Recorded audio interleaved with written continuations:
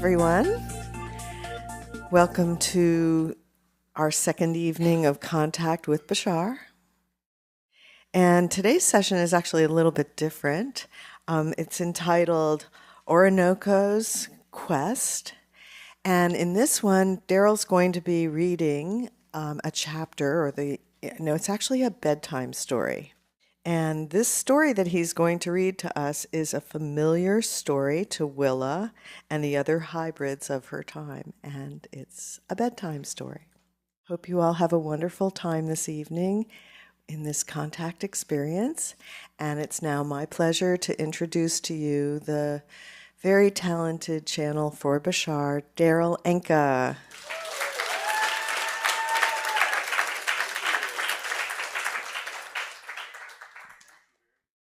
Okay, yeah, this is a little bit unusual. Some of you are familiar with the fact that I recently wrote the first book in a series of sci-fi books called Shards of a Shattered Mirror that is loosely based on the reality of Willa Hilla 700 years in the future. Are some of you here familiar with it at this point? Okay. I would certainly like to announce that the second book is done. Thank you. And that will be out at the beginning of 2020, and I'm 4 chapters into the third book. So, rolling along, this story is actually from the third book, which is called Shapeshifter. And this is a story known to Willa and the human and hybrid children of 700 years in the future. And it's kind of a sometimes bedtime story, but it's also kind of a story about a journey. So I wanted to read this to you tonight. Bashar will probably talk about it a little bit after I'm done, and we'll see where that takes us on our journey. But before we do that, we can go ahead and pull the names first, if you wish. Sure. All right. All right. Is everybody ready? Yes. Okay. Get all relaxed. Have your cocoa in hand. All right. This is called Orinoco's Quest. Orinoco Sandoval was a 13-year-old hybrid girl with caramel eyes that matched her warm complexion. Her wide, friendly face was framed by long, straight hair, black as a crow, typical of the inhabitants of the lush jungle that bordered the Amazon Sea in the year 2533. She stood atop an ancient Mayan pyramid that gave her an incredible view of the jungle canopy, but her sights were set much farther north toward the land once known as Venezuela.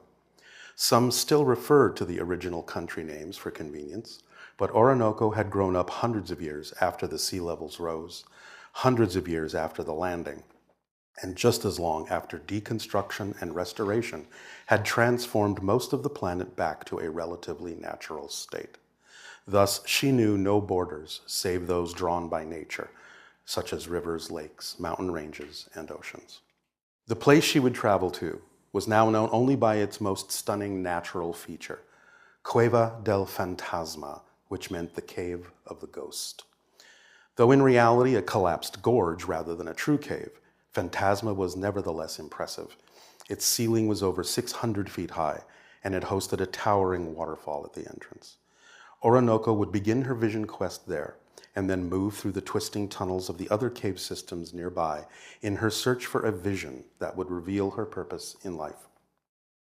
However, it was said that 3 great guardians lived in the caves and that one must pass their tests in order to receive a vision. Orinoco's mother, father, grandparents, and older siblings had been preparing her for the journey that her grandmother, Magdalena, had taken when she was Orinoco's age. Magdalena had invented puzzles and games to sharpen Orinoco's wits and tasks to strengthen her body and boost her confidence, but she was still nervous, especially because her grandmother wouldn't tell her what the guardians were like or what the tests would be. She would only say that each person must find out for themselves or the tests wouldn't count and no vision would come.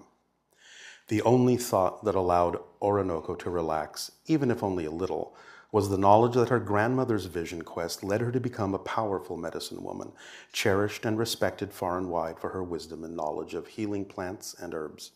So how hard could it really be? Perhaps the suspense at the beginning of the journey was part of the test as well. Orinoco took several deep breaths and gazed upon the verdant jungle that stretched before her. She felt herself grow calm, or at least less nervous. She clambered down the pyramid steps and raced down the dirt path toward home so she wouldn't be late for evening meal. Her mother, Octavia, was making black bean risotto and sweet onions sautéed in lemon garlic sauce, along with plantains drizzled in maple syrup for dessert. It was best if the main meal was eaten while still hot, before it cooled into mushy paste. That night after supper, Orinoco leaned against the wood railing on the wraparound covered balcony of her family's two-story adobe house, the smell of the jungle in her nostrils as she gazed out at the Amazon Sea through the trees, mesmerized by the moonlight that danced on the water. Her father, Santiago, brought out 2 glasses of sweet tea and handed one to his daughter as he joined her to admire the view. Though Orinoco's mother was a hybrid, Santiago was human, a gentle man of great warmth and deep insights. He stood quietly next to Orinoco and inhaled the night air, perfumed by rare jungle flowers. Papa, see, mija. What if I don't receive a vision? How will I know my purpose?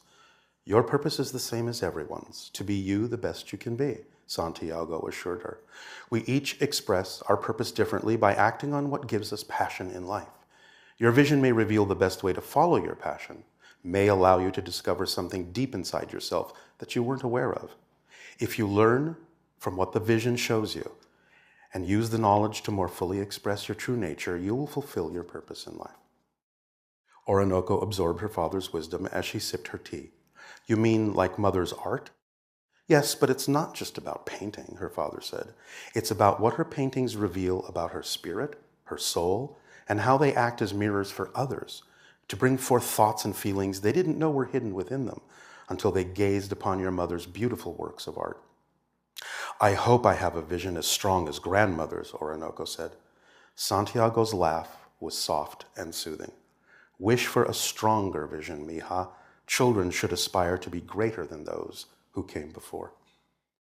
Later, Orinoco tossed and turned in her bed, unable to sleep. All manner of strange creatures inhabited her imagination as she wondered what she might encounter on her quest. Her mother, Octavia, gently knocked and entered. I thought you'd be awake, she said with a smile. She set a cup of hot peppermint tea on Orinoco's bedside table. The fragrant brew always helped her drift off, although Orinoco wasn't sure she could be lulled into slumber this night. However, the aroma was soothing. She sat up, took the cup in hand, and inhaled the steam as her mother sat next to her on the bed. You're lucky, Mama, Orinoco said. I only need to look at you, mija, to know that. I mean, because you always knew your gift. You didn't need to go on a vision quest, Orinoco sniffed. Our callings come to us in different ways, her mother said. I believe you are luckier than I am. How am I lucky? Orinoco said with a puzzled look. You get to go on a grand adventure like Mama Magda. Who knows what you'll discover on your quest? I'm very excited for you, Orinoco. Orinoco sipped her tea and felt its warmth course through her. I'll do my best, she promised. Feeling sleepy, she put down the tea and snuggled under the covers. Octavia stood and lowered the room's luminaria to a soft firelight glow. Just be yourself, mija, you'll do fine, she kissed Orinoco's cheek. I wish you could come with me, Orinoco said with a yawn. Octavia's dark eyes reflected the warm glow of the lamp as she held her daughter in a loving gaze. Just know that when you think of me, I'll be thinking of you. Octavia closed the bedroom door as she left. The scent of peppermint filled the room, and Orinoco slipped into a deep sleep. In her dream, she floated in an endless sea of stars. Early the next morning, before the sun had fully risen, Orinoco set out on her vision quest, water and food secure in her backpack. Her family waved to her from the veranda as she headed down the path. She glanced back and tucked the image of their wide smiles into her memory before she took a deep breath and melted into the jungle. Orinoco walked for half a day before she came to the Cave of the Ghost. It was traditional to stop and rest there on the way to the Vision Caves. So she sat on a large boulder near the entrance and inhaled the cool mist from the thundering waterfall. Invigorated, she laid out some of her favorite fruits and nuts from her backpack onto a crisp white linen napkin. These weren't for her. They were an offering to the nature spirit called Balam that inhabited the enormous cavern. Balam was the guardian of the underworld. So to gain permission to enter the caves where Orinoco would begin her vision quest, an offering had to be made at the Cave of the Ghost first. If Balam accepted the offering, she could continue along the path. If not, she would have to go home and try again another day. She placed the food on a flat rock just beyond the waterfall that cascaded from the plateau high above the cave entrance. As her family had instructed, Orinoco called to the spirit and then went back to her boulder to wait. She wouldn't touch her own food until the offering had been accepted by Balam. Orinoco didn't have to wait long. Balam emerged from the shadows deep within the cave and approached the food. Orinoco had heard tales of this particular nature spirit since she was a young child, but to witness the entity in person sent a shudder through her that was at once both thrilling and terrifying. Balam was what the locals called an alabrije, a chimeric creature with the head and body of a jaguar, ram horns, eagle wings, sharp talons on its hind legs, and the long, sinuous tail of an iguana. It was also gigantic. If it had been a living creature rather than a spirit, it would have easily weighed 1,000 pounds. Orinoco was riveted on the being and felt a sensation like ants crawling on her skin as Balam swept his gaze to her like a searchlight. The chimera lowered its massive head to the food and let out a deep purr loud as an engine. The vibration penetrated Orinoco and released a mist of energy from the fruits and nuts she had offered the spirit. Balam inhaled the etheric vapor, whereby the physical food withered to dust in seconds, as though weeks had passed in a blink. Balam bowed his head to Orinoco in thanks. She had the good sense to bow her head in return. The jaguar spirit plucked a glistening feather from one of its wings with his teeth and laid it on the linen, a sign that Balam had given Orinoco permission to continue her quest. The jaguar spirit turned and vanished back into the shadows. Orinoco jumped down off her perch and gathered the feather along with the linen. She wasn't sure what else she was supposed to do with the unexpected gift, but she was sure it would somehow help her on her quest once she entered the cave system farther along the path. She quickly ate her midday meal, drank from the waterfall, wrapped the feather in the linen and carefully tucked it in a side pocket in her pack. She headed out along the path, accompanied by the varied sounds of the jungle, until, a few hours later, she arrived at the foot of a stone stairway that had been carved into the cliff face of a towering mesa. It wound around the formation, sometimes passing through it where tunnels had been cut. The cave where Orinoco would begin her quest was near the top. As she began to climb, Orinoco made sure to keep her eyes on that stairway, as many of the steps were cracked and uneven. She'd heard stories that now and then some who had started the climb lost their footing and fell to their deaths. Her mother and father made her promise to keep her eyes on the path and not be tempted to look out over the countryside as she climbed, no matter how spectacular the view might be. Orinoco felt a wave of vertigo as she neared the top because the staircase was barely wide enough for a single person, and there was no wall or railing to keep one from plummeting to the ground 2,000 feet below. Finally, at dusk, she reached the cave entrance, an ominous-looking gash in the sheer cliff face. She pulled a small luminaria globe, about the size of an orange, from her pack and tapped it to golden light. This was it, the true beginning of her vision quest. She took a deep breath, exhaled, and as she bit her lower lip to hold her fear at bay, she entered the dark cave's yawning maw. The luminaria threw long shadows from the stalactites that hung from the ceiling like jagged teeth. Through the cave had been cut by flowing water eons ago. There were still deep pools in many of the wide chambers that were fed by seasonal rains that dripped through the cracks in the vaulted roof. Orinoco descended deep into the heart of the sandstone monolith. The dancing shadows created by her light took on ominous shapes in her imagination and often startled her. Time felt suspended. Each minute felt like an hour. Orinoco soon lost all sense of time and direction as she walked climbed, and crawled through the wet, winding pathways. Finally, a faint blue light in one of the branching tunnels caught her attention. She took the passage until it opened into an enormous cavern that sheltered a lagoon that was several hundred feet across. The ghostly glow emanated from deep under the surface of the still water. As Orinoco's eyes adjusted, the eerie luminescence grew brighter. She realized with some apprehension that it was because the light was heading toward her. She stepped back from the narrow ledge that bordered the lagoon and watched from within the shelter of the tunnel. Ripples radiated on the surface as a giant salamander elemental raised its wide, flat head above the water and looked at Orinoco through eyes dark as ink.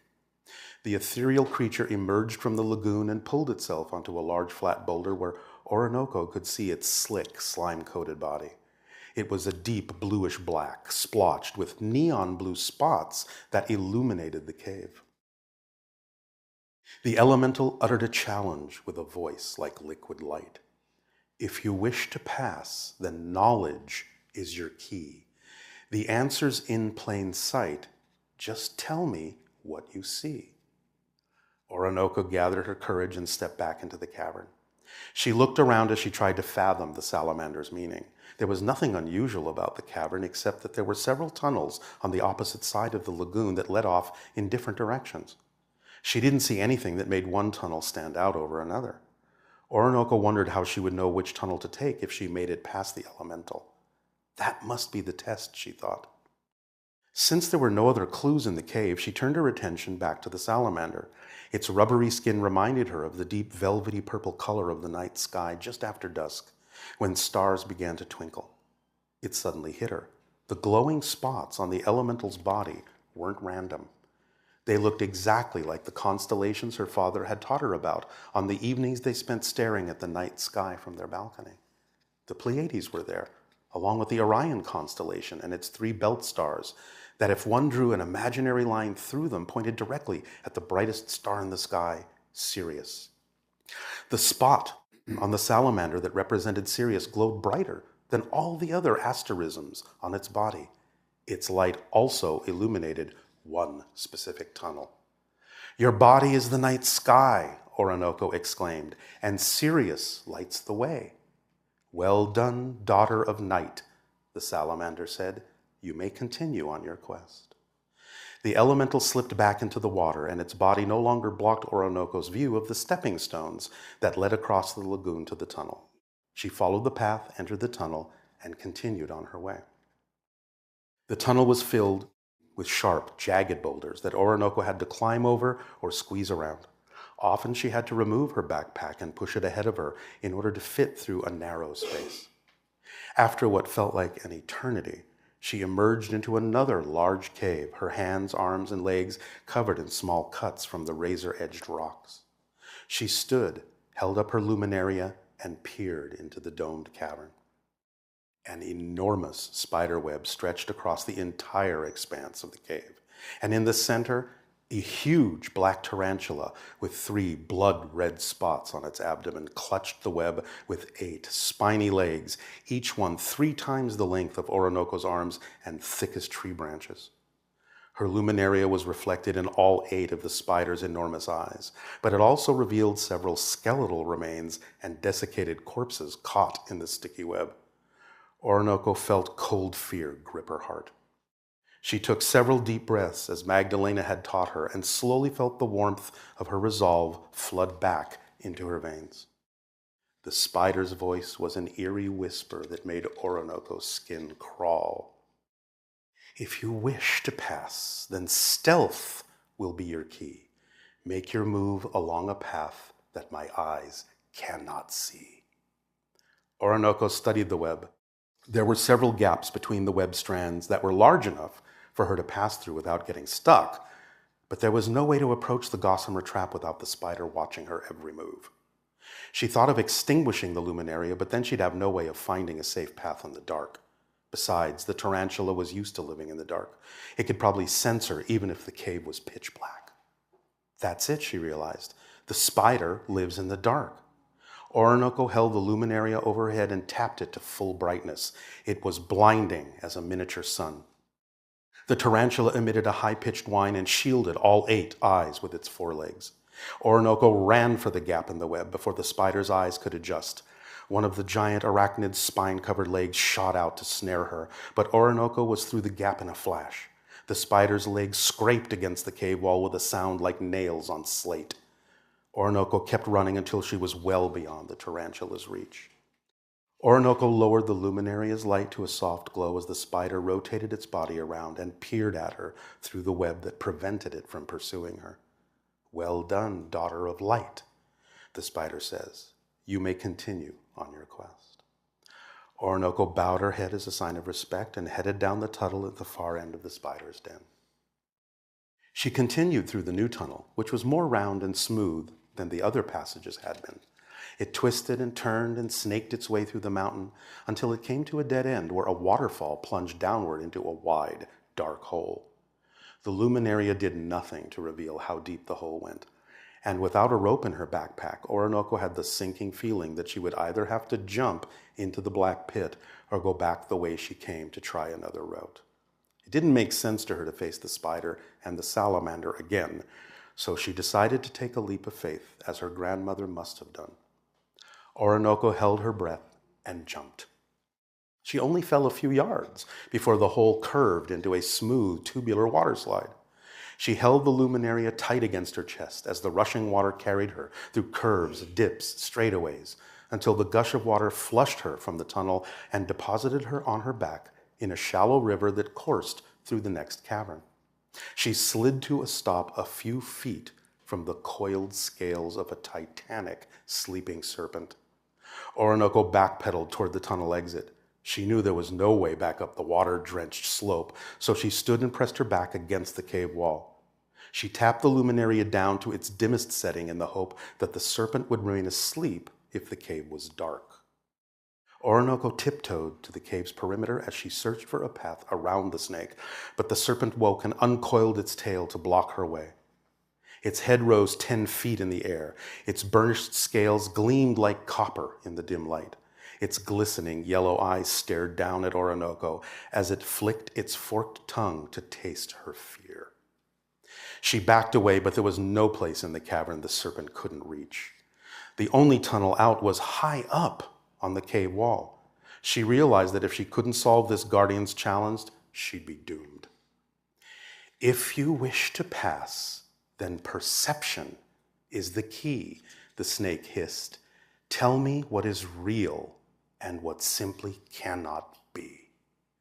The snake slithered to the back of the cavern to reveal 3 objects that had been hidden by its massive coils. A small tree with green leaves, a large white stone cube with the words, "This cube is black," chiseled on it, and a conical stalagmite that rose from the cave floor to a height slightly taller than Orinoco. She focused on the tree, the cube, and the stalagmite in turn, as the serpent's riddle played over and over in her mind. Tell me what is real and what simply cannot be. Orinoco's gaze went back to the tree. Its roots dipped into the river that drained from the cavern through cracks in the floor, but they were much too narrow for an escape route. She tapped the luminaria to brighten the light so she could see the tree more clearly. It dawned on her. Light! Without her light source, the cavern would normally be pitch black. A tree cannot grow without light.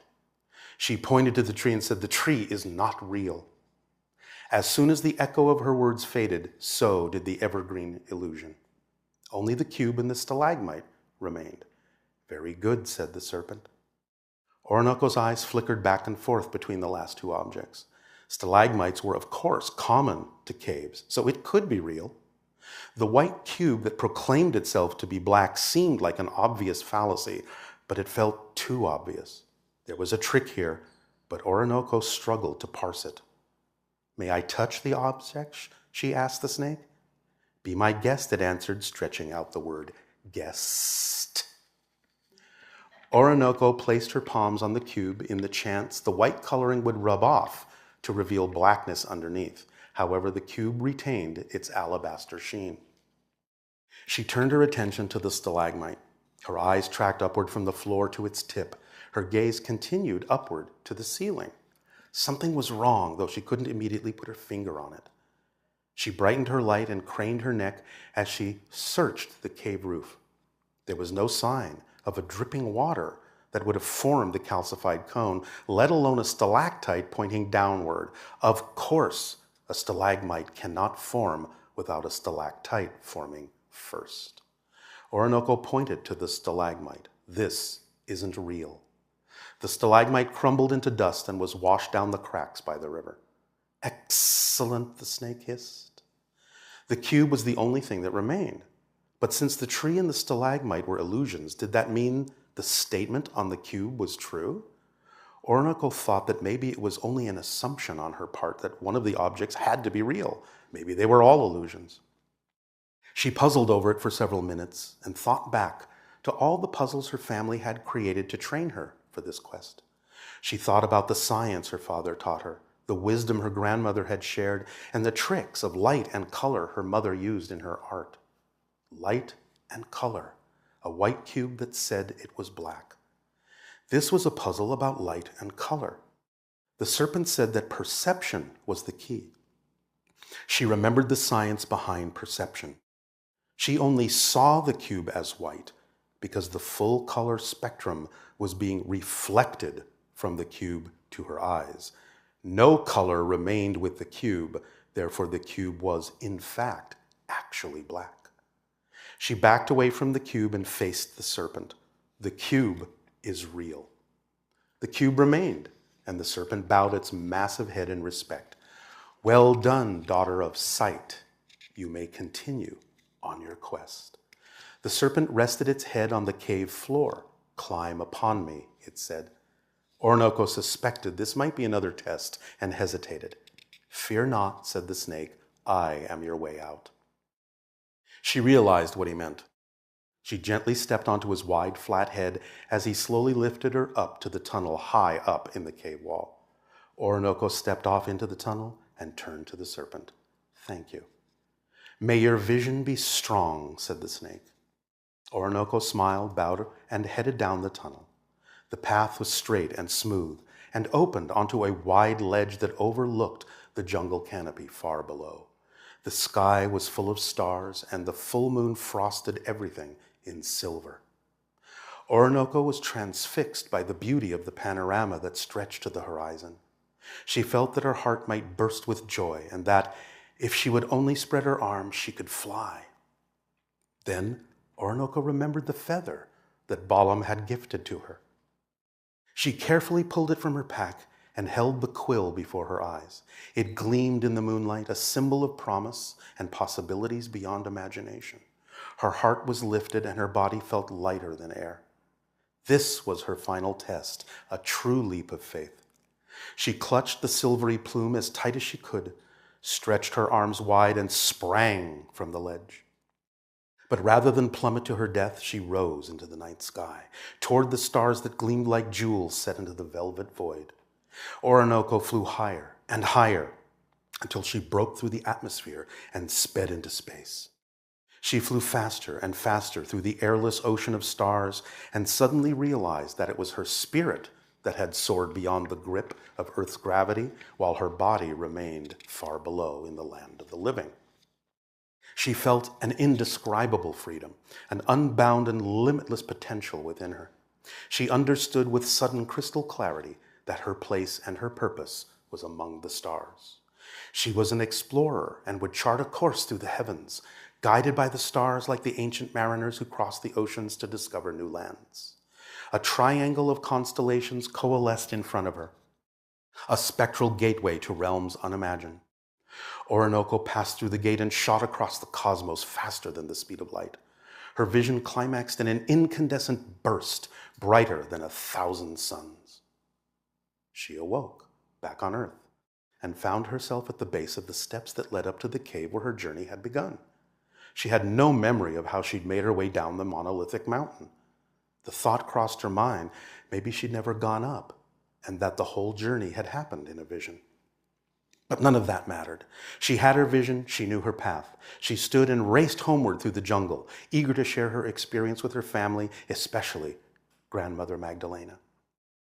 Orinoco caught a look of something on her hands as she ran. She stopped and examined them, stunned to find 3 tattoos on the backs of her hands and both index fingers. On the back of her left hand was a salamander. On the back of the right one was a spider.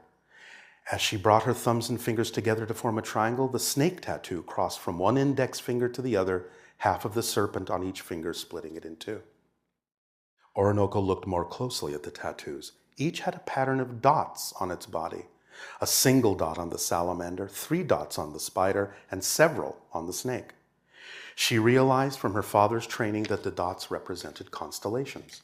Sirius was the single dot on the salamander. This made sense, since that was the star that illuminated her path out of the elemental salamander's lair. The 3 dots on the arachnid were Orion's belt. That constellation was symbolized by a spider in many ancient South American cultures, rather than by a hunter, as in the Northern Hemisphere. Finally, the string of dots along the serpent's body had to be the constellation Draco, the dragon, which after all is a giant serpent. Orinoco had been marked by the 3 elementals so that her vision and her destiny would never be forgotten. She walked through the jungle, her heart calm and filled with a sense of purpose. She didn't know where her journey among the stars would take her, but she knew her life would never be the same. There you go.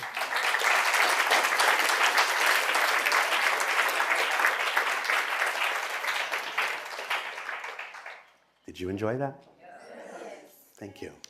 So that'll be in the 3rd book. So you have to get through the 2nd one coming out in the new year before you even get to that. The story is a story within the story that serves a different purpose, which you will find out when you get to the 3rd book. So there are clues within clues within clues within it. So, thank you. If we are ready, I'll let Bashar come through.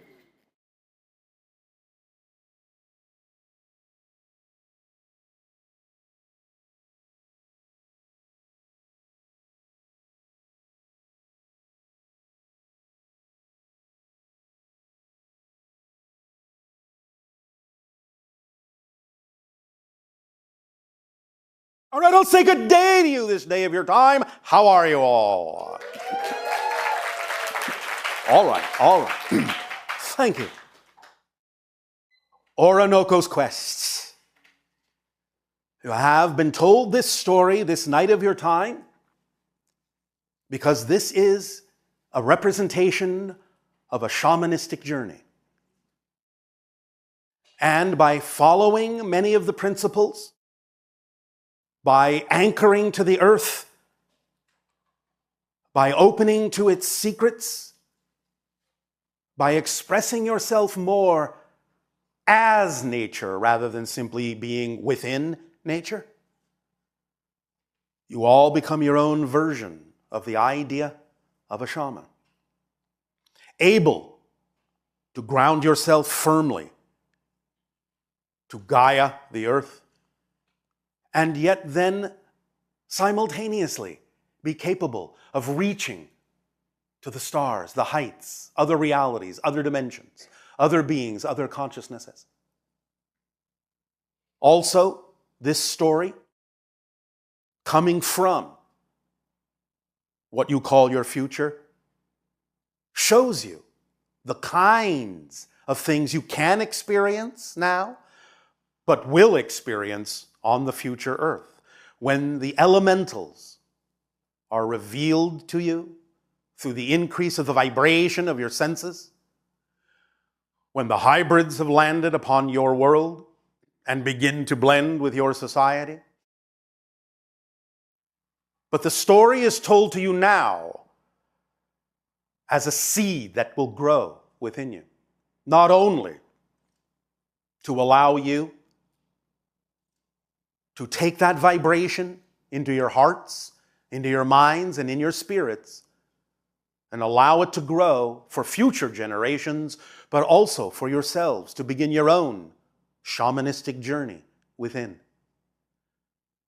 To open your senses to the things that are around you all the time that are simply invisible now, which may be revealed to you as you heighten your senses, refine your senses, and allow your senses to be better receivers of higher frequency vibrations and energies and information. Thus, tonight begins a different journey, a journey that you can walk through the coming years on a path that is stable and true and well illuminated by your own inner light, to see you through all of the things that shall be coming in the days and years ahead, as the splitting prism continues to bifurcate the different parallel realities that you are capable of experiencing on your world. A world of many worlds, overlapping or side by side, divided by clear glass walls, through which you may, for a time, see other realities, including those you may not prefer, but which cannot affect you because they cannot reach you through the glass wall. This splitting prism will continue to create more and more and more probable reality options and opportunities for each and every one of you. So again, this story is given to you this night of your time to act as a guide, to act as a rudder, to help you navigate through that splitting prism, through the eye of the storm that we will discuss tomorrow of your time, and allow you to walk true, aligned with the compass needle of your signature frequency, so that you may always know what direction in which to head, unerring to your magnetic north that draws you from the future self. Because now, as we have said, you're going to be far more informed by your own future selves than by your past selves. You are tipping the scale, crossing the threshold, where there is more magnetism, more energy coming from your future selves than from the past. The past self is now letting you go, giving you permission to lock into that magnetic wave that urges you forward into more of your own future self. This story of the shamanistic path is given to you so that you will recognize through synchronicity the guardians on the path that will help you. And though there may be tests and challenges, fear them not. For this story gives you the insight to walk the path as Orinoco did, as Orinoco will. To allow yourself to walk side by side with your future self until you step into its footprints and become that which you have for so long considered to be beyond you, which now can be with you, which you now can be, which you now can own within your own being, and walking on that path, in those footsteps, on that quest. Fear not the unknown. Fear not the dark caves ahead. For from the unknown you shall discover nothing but more of yourself. And from the unknown, no matter what comes out of it, it will also bring with it all the tools you need to handle it, to work with it, to transform it into more and more knowledge of yourself, more and more awareness of your being, of your spirit, of your truth. Orinoco's quest is the seed which will guide you.